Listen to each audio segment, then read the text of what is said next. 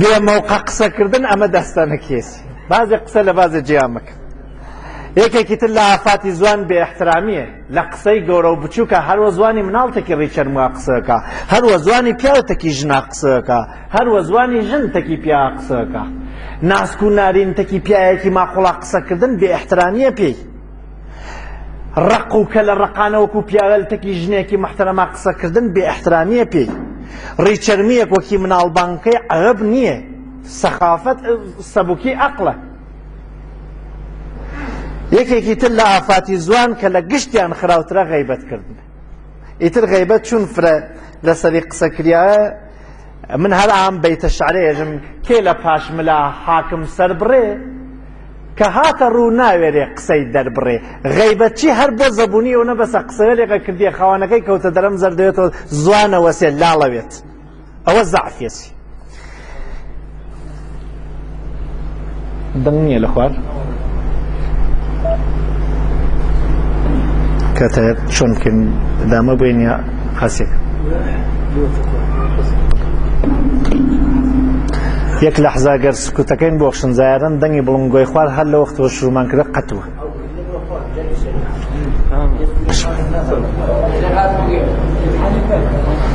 بەڵێ ئێدامە دێ تا ئێرانە کە هاتین ئیتر ئافاتی زوانتان دیگە و ئەگەر ئینسانە مافەتانە بزانێ ئیسا و دوایەژێ ئەڤەل ئەندیشە وانگەهی گفتار کە پایبەست ئامەد ئانگەه دیوار. ئیسا و دو هەر قسەیە نەک یەڵەکی کەین دوو گوێ زوانێت دنکێکیان مێژن لە قسەکە. تێنە سەبکەلی ئرتباتی ئینسانی وەختەوەیەک و ئرتبات بەرقەرارەکەن چوار ناو ئرتبات هەست. بەر لەوە چوار ناو ئرتباتەکە بێژم هەر ئرتباتێک چوار مؤەلفەی هەست ئەشێ بیناسین. ئەگەر نەیناسین نازانین ئرتباتەکە کامیانە. یعنی وەختێ دوو نەفەر وەیەکۆ قسەکەن ئەم چوار شتە هەست. یەک سەداقەت ئرتباتێک بەرقەرارەوێ یا سەداقەتی واتیە یان نیەتیە یا کەم یافرە. چۆن بزانین سەداقەت هەست یان نییە؟ سەداقەت چوار علامەتی هەست. وەم چوار علامەتە ئەتوانین بزانین تەرەف ڕاستەکە یا درۆکە. یەک ئامی سادق قسەیەکە ئیسائی کاتێکی قسەی هەفتەیە لە مەوبەر و قسەی هەفتەیە لە مەودوایان ناغن لە یەک ێژن درۆزن کەم حافزەست چون شتێک ێژێ ڕاستنەوە لە بیرێکیت. وەلەکانە ئینسانی سادق قسەیەک کا چون وقوعی پێیاکرێت لە بیرێکی بچوە خەڵک شایەتی بۆ دەن بووێ. پس گوێ ئەگرن لە قسە یەکێک با مەغزتان فعالێ بزان ئەم قسە ئیسائیکا قسەوەلی قەدیمی ناپڕوزێنێت قسەوەلی شەوسووی ئەم قسە ناخاتە درۆوێ. مەسڵان من ێژم ئیساتە ێژن لە کوێوی ێژم من کەی ێژن نیم سەعات لەمەوبەر نیم سەعات لەمەوبەر من لە باینگانم بەرادەرێکی سێ و چوار بەرادەری سەفیاوایی ئیسا سوار بوون تەکی منار لە سەفیاوای ێژن برادێ خۆ تۆ لە سەفیاوا لە ماڵی کاکەریمی خوا ماڵەوان کرد. فورا معلوم ئەوێت من ڕاستم نەکردەوە تەواو هەرچێکی چەکەی پینە ناکرێت. یا ممکنە هەر ئیساتە ئەو بەرادەرە زەنگ بوا بۆ من بێژە فلانە کەس گەیتە سەمزەوت من قسە بکەم بێژن ئاوە کێوە بێژم فلانە کەس و لە ماڵیانم لە بیر مەچوە. پس ئەوەڵین علامەت حافزەتان فعالێ بزان قسەی دوێکە و ئیمڕۆی هەر ئەوەسە. دوومین علامەت بەوێن درۆ ناکا شاید زوان درۆ بکە. ئایسا من ێژم ئای ئەشەنەوە بیلا فرەفیان کە ئێرانە ڕاستەکەم زوانم ئەتوانێ ئەم درۆ بکە وەلی ئەمەم کە هەرەقە چێ برە بەوێن درۆ ناکە. بڕوان نەبووێنی کەورە وەختی قسەکەژن بڕوانەوە ناوچایە بڕوانیوە ناوچایە بازە کەسێژە بڕوانمە ناوچاو تا زانم درۆکە یا ڕاستەکەی. بڕوانەوە بەوێنی کەورە مەلا ناسرەدین ێژن دەقەیە کەورای کەڵەشێرێکی دزی و قورعانی هاورد قورعانی بابزانێ کەڵەشێرەکەی بردەیانە تەلاقی خست و قورعانێکی خواردی نەمردەوە لە کلکی کەڵەشێرەکەەوە دەرەوە وتی بەخوا برا نازانم باوەڕ بە قورعانەکە بکەم یاوە کلکی کەڵەشێرەکە. بەیانی بەشەرێکی کلکی کەڵەشێرەکە خۆی خەریکە قسەکە ڕاستەکەی یا درۆکەی. سێوەمین علامەتی ڕاستگۆیی و درۆزنی دەنگی بەشەرە. هەها شمشاڵی لێوێن هیچیش نایەژە شمشاڵەکە خەفەت بارتەوێت پلەکەی ئەگۆڕێکی قولێکی تێتە لەقین ئەوە شمشاڵیش ئەسەری هەست لە وجودیتەوە. دەنگی ژنێک ئەگری پیا ئاورەات یەکێک ێژە بەخوا عەسەبانی نییە هەر نییە ئەمە ئەم دەنگتە بۆ وای نەسەر. گوێبورن لە دەنگی کاورا دەنگی کاورا ێژێت ڕاستەکە یا درۆکە. ئەتوانێ بەنی خەمکاتەوە وە زوانیش درۆ بکە وەلێ ڕەنی سوورە سوورێسی دیارە خەفەتی نییە. خەفەتی بێشە ڕەنگێکی زەرد بووێتەوە. سێوەمین علامەتمان و چوارەمین علامەتی سەداقەت ئەشێ زوانی و مەردمتە بەڵەوێ. کاورایەکی فارس بێ بۆ وڵاتی خۆمان دایکم بێژە پێی و من بێژە ها ئەم کاورا هاتێ بۆ ماڵمان خوا قەزاتان بخات لەم چاڵی تینمەمە نیمەڕۆ هەر نێنەوە. ئەویش کەمێ لە کوردی حاڵۆ ێژە مادەرت گفت دەردت بجوونە ێژم ئەرێ وایە وتە وە تۆ حاڵی نەوی.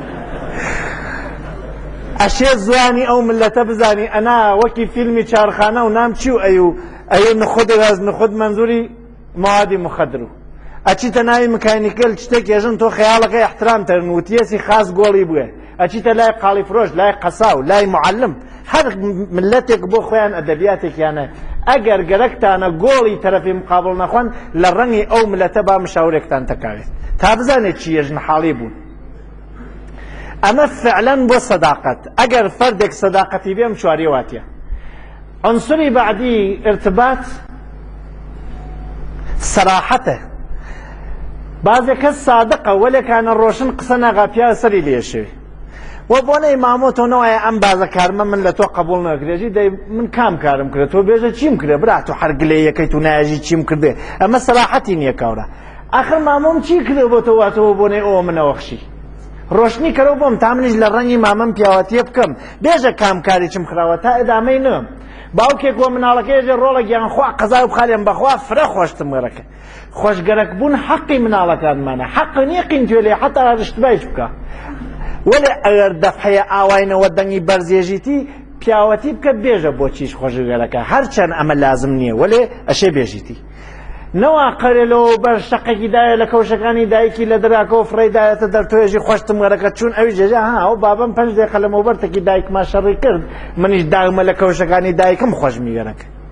نەخێر سەرێ لە مناڵەکە شێوان بێژە بۆچی خۆشگەرەکە ڕۆڵەگەیان بەخوا فرە خۆشتم گەرەکە چون ئەو پارچاوە لەسەری ڕێکاو ناتەولاوە بۆوە نەڕژێ تا بزانێ بۆ وادایە لە کەوشەکانی دایکی خۆشی نەرەکە بۆ کارەکەی خۆشگەرەکە ئەگەریش قینتە لێ هەر بێژە بۆچی قینمە لێ هێمە حەقمان نییە قینمانوێ لە مناڵەکانمان چۆن ئەتوانی بۆ کارێک تۆ قینتوێ لە من 38 ساڵ عمرمە 38 دانە پیاوەتیم کردێ یەک لە خراویچم کردێ تۆ چۆن ئەتوانی بۆ یەک لە 38 دانە لە بین بووی بێژە لە کام کارم قینتە تا من تکراری نەکەمەوە بێژە محەدین برا من قینمە لە ئەمە هارەقەکەیت و شتێک و پێ نییە دەم و چاو پاکەیتەوە تا من فۆرەن بنەوەمە دەسمەڵ قازێ پاکی کەمە و تۆش تر قین نوێ لێ حەق نییە بۆم شتی بچووکەتەوە قین هەڵبوری لە من سەراحەت یعنی جزئێک لە ڕەفتارەکە مستەقیم بێژیتیوە کاورا نە پێچی بێت و تیکەکە ئەوە بنیتە دەم و ئەویش نەزانێت چی وت و خۆی چی نەزانی و شەوزوو کارەکەی ئەدامەی بێژ ئێمە سەر کڕت پێتم و تۆ ڕەعایەتی ناکەی کەی وتتەوە من هیچ دەفعەی ڕۆشن نەوتوە من تا بزانم چیم لێ قۆمیا ێژی برا بەخوا قینمە لێ ئەمە سەر کڕت من وتم پێ عاجزم لێ تۆ هەر خۆ عەوەز ناکەی بێژە چی لە چی من عاجزی جا بزانە عەوەز یەکەم یا نایکەم ئەوەر کردم ئەمە دیارە خۆشتم وەرەکەوە نەم کرد دەلیل و لێم گەرەک سێوەمین شتێکە لە ئێرتباتە سڵامەتی ئێرتبات تەعینەکات احترامە تۆ خەریکی تەکی منا قسەکەی من مۆبایلێکم مرتووە دەستەوە خەریکی مسمسە هەنێرم ئاخرەکەی ئەو نە ئەحساسی بێ احترامێکەکەی نەوێتە ژان هێزی برا فڵانە کەستێکی تو قسە ژم گیانم واوەلاتۆ دەی برا گیان واوەلامە بڕوانە پێما مۆبایلەکە دانە جوای قسەم بێڕۆ بێ احترامی لە ئێرتباتە ئەو وەختەسە ئەو قسەکە و ئەقنیتە ناوی قسەکەی نایڵی قسەی دوای بێت قسەکانی قەت و پڕوقەکەی قسە تەقاکە ئەنەوێتە تەلیفۆن تەکی یەکێکی ترا قسەکەی وە زۆر گیرترا تا قسەکە دوای بێرە هەر ناوێسی قسە بکەی قسەکانی بژنەفی ێژێ دەفعەیەک مەلا ناسرەدین هەمتر کوڕەکەی نەسیحەتە کرد قسەکەی دوایوتی ڕۆڵەگیان حاڵی بووی چی مندوتی بەخوا نازانم بابەگیان تا تۆ قسەکە کرد من 11 خەرەنگە زەموقەی کەرەکەوە ژمارد ئەمە نیشانەی بێ احترامیە.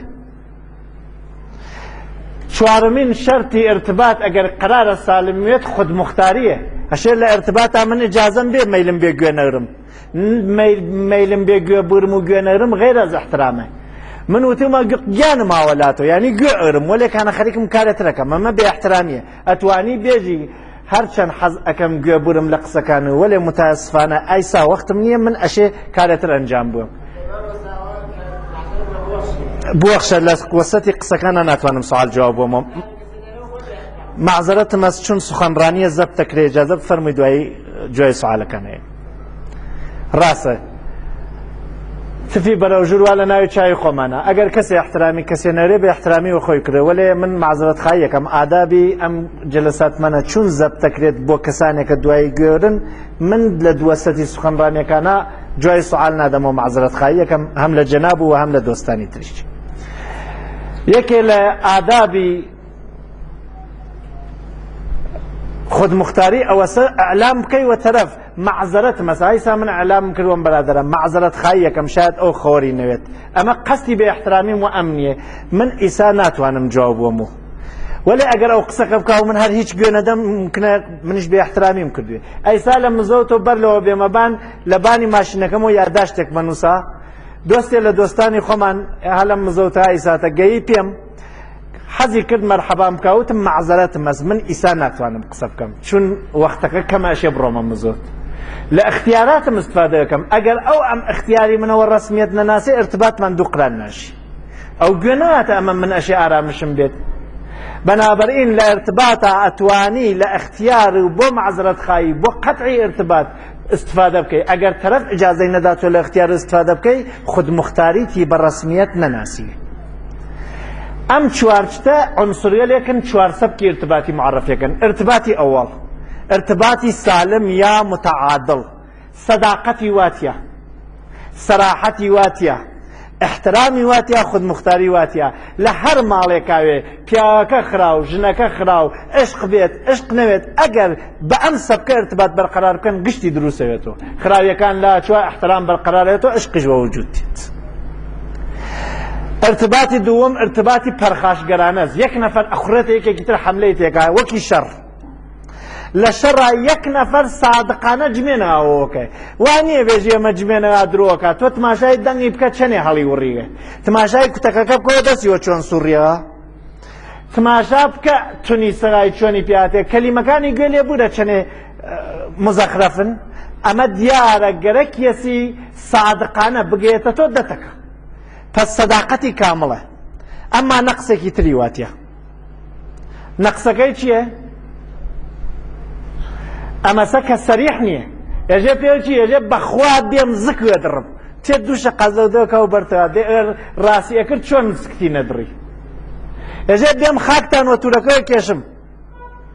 وەختێکانە تێت دوای قەرەتێتە بەرەو ێژن دوودانە لەم بەرادەرێلی کوردی خۆمانە شەڕیان کردو مردم بکێش بکێش ئەم ورتی و ئەو ورتی وتی و ئەشێ حەربی کوژم هەر لە بینی بووم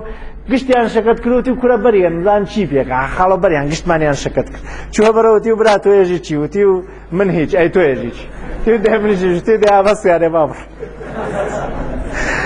بەعزێ وەخت کاورا سەداقەتی هەست سەراحەتی نییە ڕوک قسە ناکات پەرخاشگەرێل بۆیە ئەم نوکتەمەوت ئەگەر ڕۆژێک کاوماڵی لێتان عەسەبانی بوو خۆتان لەیەکی عەسەبانی بوون هەرچی قسەز لە وەختی گلەیی و ئاشتیان مەیکەنەوە کاوراوتیە بێم ئەو کوژم بە هاتەیان نەتیە کوشت پێشە خۆ مێژە برا بەخوا ڕەفیقینی ئەو ڕۆژە بیانێڵایە تۆ من تەکوشتی سا قاتڵوی نەوەڵا بیچاتەیە هەر دووسێ قسەیە کرد و تەواو ئەو ڕیاوە. سێومین معیار لە پەرخاشگەری ئەوتمان احترامە شەخصی پەرخاشگەر احترامی تەرەفی مقابڵی چەندێکەکەری هیچ لە پەرخاشگەریە احترام وجودی نییە بۆیە سەبکێکی غەڵەتە و خودمختاری پەرخاشگەر گەرەکێکی اختیاری تامی بێت گەرەکی خۆی بێتی وایە تۆ دەست و قل بۆسن ئەوە مەیلی خۆی دڵک بەنابەرئین سەبکی پەرخاشگەرانە چی پیاکە پەرخاشگەر وێ ژنەکەی بەزاندیێ چی ژنەکە پەرخاش